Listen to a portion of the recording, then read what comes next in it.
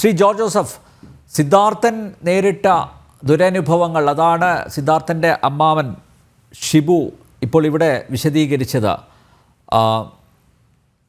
ഞാൻ ഇടപെട്ടത് ഷിബു അറിഞ്ഞില്ല എന്ന് തോന്നുന്നു. യെസ്, നോക്കൂ, അദ്ദേഹം പറഞ്ഞതിനോട് 100% ഞാൻ യോജിക്കുന്നു. കൃത്യമായിട്ടുള്ള അന്വേഷണം അവിടെ നടന്നില്ല. മാത്രമല്ല, ആ പ്രതികളെ രക്ഷിക്കാനുള്ള ശ്രമങ്ങൾ നടന്നു, ഇപ്പോഴും നടന്നുകൊണ്ടിരിക്കുകയാണ്. യഥാർത്ഥ പ്രതികൾ ഇപ്പോഴും പുറത്ത് നിൽക്കുകയാണ്. സിദ്ധാർത്ഥന് ഉണ്ടായിട്ടുള്ള ദുരനുഭവം അത് കൃത്യമായ അന്വേഷണത്തിന് വിധേയമാക്കിയിരുന്നെങ്കിൽ കോട്ടയത്തെ ഗാന്ധിനഗറിലെ കോളേജ് ഓഫ് നഴ്സിംഗിൽ ഇതുപോലുള്ള റാഗിംഗ് അരങ്ങേറുമോ എന്നുള്ളതാണ് ചോദ്യം. അതായത്, ഒരു സംഭവം ഉണ്ടാകുന്നു, ആ സംഭവത്തെ അതിൻ്റെ ഗൗരവത്തോടെ എടുക്കുന്നില്ല. സിദ്ധാർത്ഥൻ വിഷയം അല്ലെ എത്ര ദിവസങ്ങൾ ചർച്ച ചെയ്തതാണ്. എന്നിട്ടും അതിൻ്റെ ഗൗരവം ഉൾക്കൊള്ളാതെ വീണ്ടും വീണ്ടും കോളേജ് ക്യാമ്പസുകളിലും അതുപോലെ ഹോസ്റ്റലുകളിലും റാഗിംഗ് തുടരാനുള്ള വേദി ഒരുക്കി കൊടുക്കുകയല്ലേ വിദ്യാർത്ഥി സംഘടനകൾ, പ്രത്യേകിച്ച് SFI പോലുള്ള വിദ്യാർത്ഥി സംഘടനകളും അതുപോലെ കോളേജ് യൂണിയൻ ഭാരവാഹികളും. ഒരു ഭാഗത്ത് ഇവരെയൊക്കെ തീറ്റിപ്പോറ്റുന്ന ഭരണകക്ഷിയും. അതല്ലേ വസ്തുത?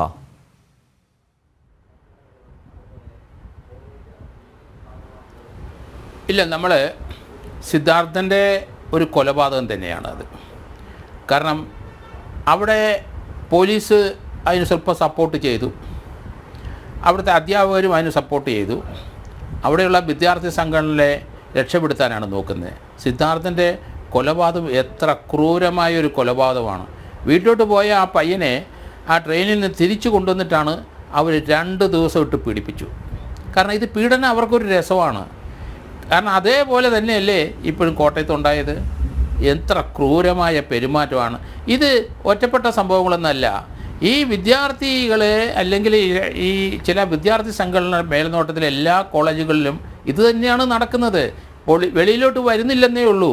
ഇപ്പം കോട്ടയത്തെ ഒരു അൺകൺട്രോളബിളായ അത് 3-4-5 മാസമായിട്ട്, 1 വർഷമായിട്ട് ആ കുട്ടികൾ അനുഭവിച്ചുകൊണ്ടിരുന്ന് അവരുടെ അനുഭവത്തിൻ്റെ ഒരു സ്റ്റേജ് മാറി അവരെ കൊല്ലും, അവർ ചാകും എന്ന് തോന്നിയപ്പോഴാണ് ആ കുട്ടികൾ അത് പ്രിൻസിപ്പളിൻ്റെ അടുത്ത് റിപ്പോർട്ട് ചെയ്ത്.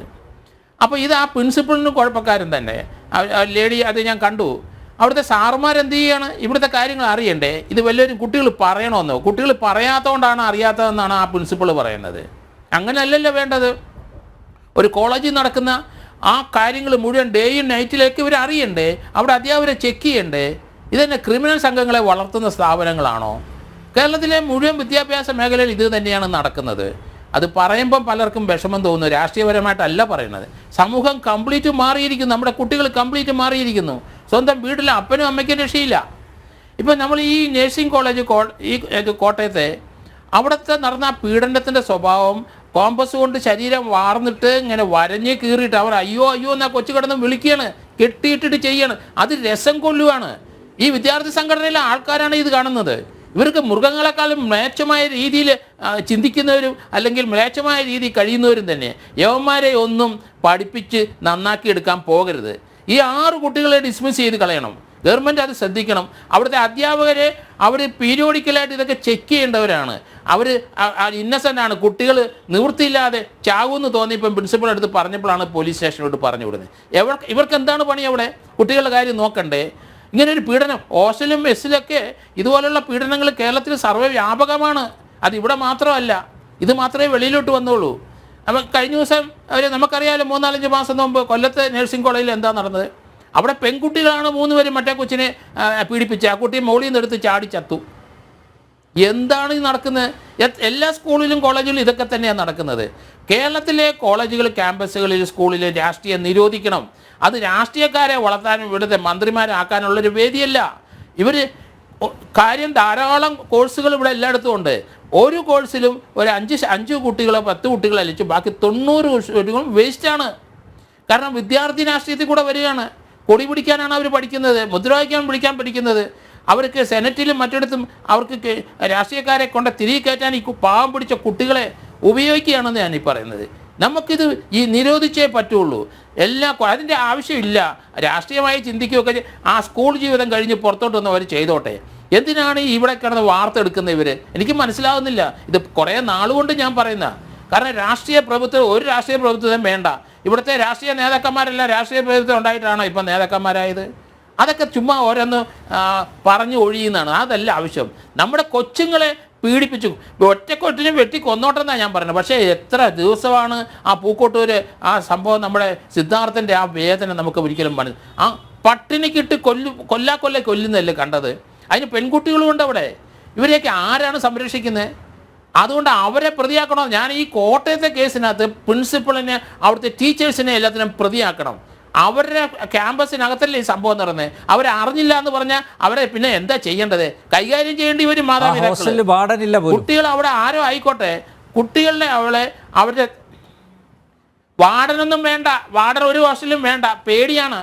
വാർഡനല്ലല്ലോ, സാർമാർക്ക് എന്താ പണി? അവിടെ പഠിപ്പിക്കുന്ന ഒരു സാറെങ്കിലും ഉണ്ടോ? രാത്രിയും പകലും ചെക്ക് ചെയ്യണ്ടേ? കുട്ടികളല്ലേ, 18 വയസ്സിന് താഴെയുള്ള കുട്ടികളല്ലേ? അപ്പോൾ അവിടെ വാർഡൻ കിട്ടുന്ന അതൊക്കെ പറഞ്ഞു ഒഴിയാനാണ്. ആ സൈസ് വേലയൊന്നും ഇനി ഇറക്കണ്ട. അവരെ പ്രതിയാക്കി തന്നെ മുന്നേ കൊണ്ടുപോകണമെന്ന് ഞാൻ പറയണത്. കാരണം മറ്റു അധ്യാപകർക്ക് ഇത് മാതൃകയാണ്. മറ്റ് സ്കൂളിലും കോളേജിലുള്ള അധ്യാപകർ അവർ ഈ കുട്ടികളുടെ കാര്യം അന്വേഷിക്കാനല്ലേ അവർ നിൽക്കുന്നത്. പഠിപ്പിക്കുന്ന മാത്രമല്ല, അവരുടെ ആരോഗ്യവും മാനസികമായും ശാരീരികമായും വളർച്ചയ്ക്കും കൂടിയാണ്. വീട്ടിലൊരു 10-12 മണിക്കൂർ ആ കുട്ടികൾ ഇരിക്കുന്നുള്ളൂ, ബാക്കി മുഴുവൻ സമയം സ്കൂളിലും പരിസരത്തുമാണ്. അപ്പോൾ അതുകൊണ്ട് പറഞ്ഞൊഴിയരുത്. ഇവരെ പ്രതിയാക്കി മാതൃകപരമായി ശിക്ഷിച്ചെങ്കിൽ മാത്രമേ ഇത് നിൽക്കുകയുള്ളൂ. കാരണം ഇവിടെ നമ്മളെ കൊല്ലത്തെ കാണിച്ച ആ പ്രിൻസിപ്പൾ പറഞ്ഞ അയാൾ അറിഞ്ഞില്ല എന്നാണ് പറയണത്. ആ കുട്ടി 3 പ്രാവശ്യം കുട്ടിയുടെ പേരൻസ് കംപ്ലൈൻറ്റ് എഴുതി കൊടുത്തിട്ടുണ്ട്. എന്നിട്ട് ആ മാന്യം പറയുന്നത് എന്താണ്? അറിഞ്ഞില്ല എന്നല്ലേ പറയുന്നത്. എന്താണ് കേരളത്തിൽ നടക്കുന്നത്? ഓരോ കുട്ടികളും ഇങ്ങനെയുള്ള കുട്ടികൾ അവരെ വീട്ടിൽ കാണിക്കുന്നത് ആ അപ്പനെയും അമ്മയും മർദ്ദിക്കുകയും വെട്ടിക്കൊല്ലുകയും കഴുത്തറക്കുകയും ചെയ്യുന്നത് കാണുകയാണ്. കുട്ടികൾ ഇവിടെ പഠിക്കുകയില്ല, അവർ വേറെ ലെവലിലോട്ട് പോവുകയാണ്. ചാത്തൻ സേവയും അങ്ങനെയുള്ള കാര്യത്തിലോട്ടൊക്കെ അങ്ങ് പോവുകയാണ്. അവർക്ക് എന്താണ് പണി? ഈ ക്രൂരതയ്ക്ക് നമുക്ക് അംഗീകരിക്കാൻ പറ്റും. ഇരയായ വിദ്യാർത്ഥികൾ അവരുടെ നഗ്ന വീഡിയോ എടുത്തു വെച്ചിട്ടുണ്ടല്ലോ. ഈ നഗ്ന വീഡിയോ പുറത്തു വിടും എന്ന് പറഞ്ഞാണ് പീഡനം തുടർന്നുകൊണ്ടിരുന്നത്, ക്രൂരത തുടർന്നുകൊണ്ടിരുന്നത്. അപ്പോൾ വീഡിയോ പുറത്തായാൽ പഠനം നിലയ്ക്കും എന്നൊരു ഭീതി ഈ പാവപ്പെട്ട കുട്ടികളെ അലട്ടിയിരുന്നു.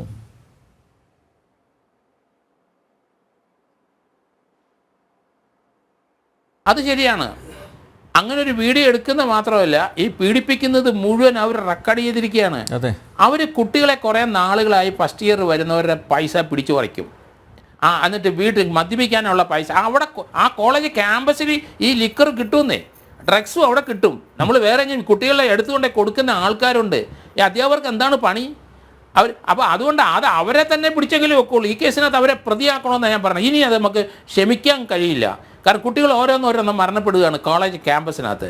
ഇവരെ മരണപ്പെട്ടു, അല്ലെങ്കിൽ ഈ സിദ്ധാർത്ഥൻ്റെ മരണപ്പെട്ടുകൊണ്ടാണ് നമ്മൾ അത്രയും വിവരങ്ങൾ കൂടുതൽ അറിഞ്ഞത്.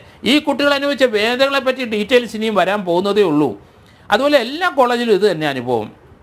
ഓരോ വിദ്യാർത്ഥി സംഘടന അവരെ ആളെ കൂട്ടാൻ മറ്റേ എതിർ സംഘടനയിലെ ആൾക്കാരെ പിടിച്ച് ബലമായി കൊണ്ടുവന്ന് പീഡിപ്പിച്ചുകൊണ്ടിരിക്കുന്ന സംഭവമാണ് കേരളം. ഇത് പലർക്കും കൈ പോയി, കാല് പോയി, കണ്ണ് പോയി, ചെവി പോയി, പല്ല് പോയവരൊക്കെ ഉണ്ട് കുട്ടികൾ.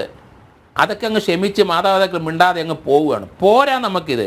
ഇതൊക്കെ ചലഞ്ച് ചെയ്യാനായിട്ട് ആൾക്കാർ വരണം, മാതാപിതാക്കളും വരണം, അവിടുത്തെ പേരൻറ് ടീച്ചർ അസോസിയേഷൻ വരണം. ഈ കുട്ടികളെ ഏത് സംഘടനയായാലും കുട്ടികളെ പേടിക്കരുത്.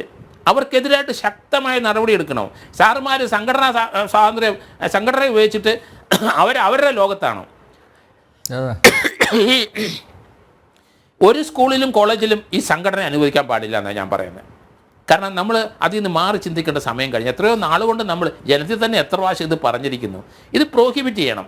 യൂണിവേഴ്സിറ്റിയിലും കോളേജുകളിൽ എന്താ നടക്കുന്നത് നമുക്ക് കുട്ടികൾ വെളിയിൽ പറയുന്ന പെൺകുട്ടികളും ആൺകുട്ടികളും പഠിക്കാൻ പോയിട്ട് അനുഭവിക്കുന്ന വേദനകൾ എന്തുമാത്രം ഭീകര. ഈ അടുത്ത ദിവസം തന്നെ അവിടെ യൂണിറ്റ് അവിടെ പിരിച്ചു വിട്ടിട്ട് വീണ്ടും യൂണിറ്റ് വന്നിട്ട് അവിടെ കുട്ടികളെ പീഡിപ്പിക്കുകയാണ്. പിരിവാണ്.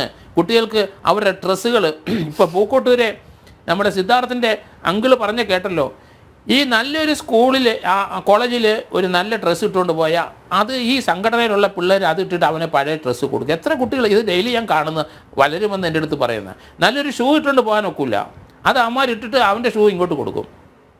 ചപ്പലും അങ്ങനെ തന്നെ, എല്ലാ കാര്യങ്ങളും അങ്ങനെ തന്നെ. പിന്നെ പണം ഉണ്ടെങ്കിൽ അത് പോക്കറ്റിൽ നിന്ന് പിടിച്ചു പറിക്കും. ഇതൊക്കെ ഒരു തട്ടിപ്പ് സംഘങ്ങളാണ് എല്ലാ കോളേജുകളിലും. ഒരു 10-20% ആൾക്കാർ. അവരുടെ ജീവിതമാർഗ്ഗം ഇങ്ങനെ തന്നെ. അവർ സമൂഹത്തിൽ ഇറങ്ങി അവർക്ക് ചില സ്വീകരണങ്ങളൊക്കെ ചില രാഷ്ട്രീയ പാർട്ടികൾ കൊടുക്കുമ്പം നമുക്ക് എന്ത് സഹതാപിക്കാതെ അല്ല വേറെ എന്ത് ചെയ്യാനൊക്കും? ഈ രീതിയിൽ മാനസികമായി ഈ കുട്ടികളെ തളർത്തി അവരെ ഓരോ പപ്പറ്റാക്കി സമൂഹത്തിൽ കൊണ്ടുവന്നിട്ട് അവർക്ക് വോട്ട് ചെയ്യാൻ വേണ്ടി കൊണ്ടുവരികയാണ്. എന്നിട്ട് ഇവർ മാന്യന്മാരായും മന്ത്രിമാരായും അവിടെ ഇവിടെയൊക്കെ ഓരോ പോസ്റ്റ് ഇരിക്കുമ്പം ഈ ഗുണ്ടായുസം കാണിച്ചവർക്ക് മാത്രമാണ് ആ ചാൻസ് കിട്ടുന്നത്. അതാണ് നമുക്ക് നിർത്തണമെന്ന് ഞാൻ പറയണത്. ആ ഗുണ്ടായുസം കാണിക്കുന്നവർ ഒരിക്കലും ആ ക്രിമിനൽ കേസുള്ളവരാരും ഈ MLA ആയിട്ടോ മന്ത്രിയായിട്ടോ ഇരിക്കാൻ പാടില്ല. അവർ പൊതുജനങ്ങളെ സേവിച്ചു വരട്ടെ. ഈ കുട്ടികൾ മുഴുവൻ ഇങ്ങനെ ചെയ്യുന്നതിൻ്റെ കാരണം എന്ത്? ഒരു 4-5 പ്രാവശ്യം പോലീസ് അറസ്റ്റ് ചെയ്ത് റിമാൻഡ് ചെയ്ത് കിടന്നാൽ അത് അവർക്ക് ഒരു രാഷ്ട്രീയ വളർച്ചയ്ക്ക് ഒരു സ്ഥാനം അല്ലെങ്കിൽ ഒരു ജോലി കിട്ടാനായിട്ട് നഴ്സുമാരാണ് ഇവർ. നഴ്സുമാർ, ആതുര ശുശ്രൂഷ നടത്തേണ്ടവരാണ് ഇവർ.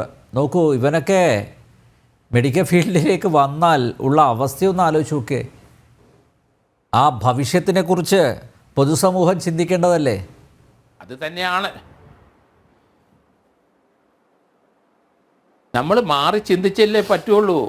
കംപ്ലീറ്റ് കേരളം കൈവിട്ട് പോയി. ഇവിടുത്തെ ചെറുപ്പക്കാർ മുഴുവൻ കൈവിട്ട് പോയി. നമ്മൾ ഈ ട്രിവാൻഡ്രം റൂറൽ നെയ്യാറ്റിൻകര താലൂക്കിൽ കണ്ട അപ്പനെ മകനെ അടിച്ചു വീഴ്ത്തിട്ട് കഴുത്തിരുന്ന് അറക്കുന്നതാണ് അമ്മ കാണുന്നത്.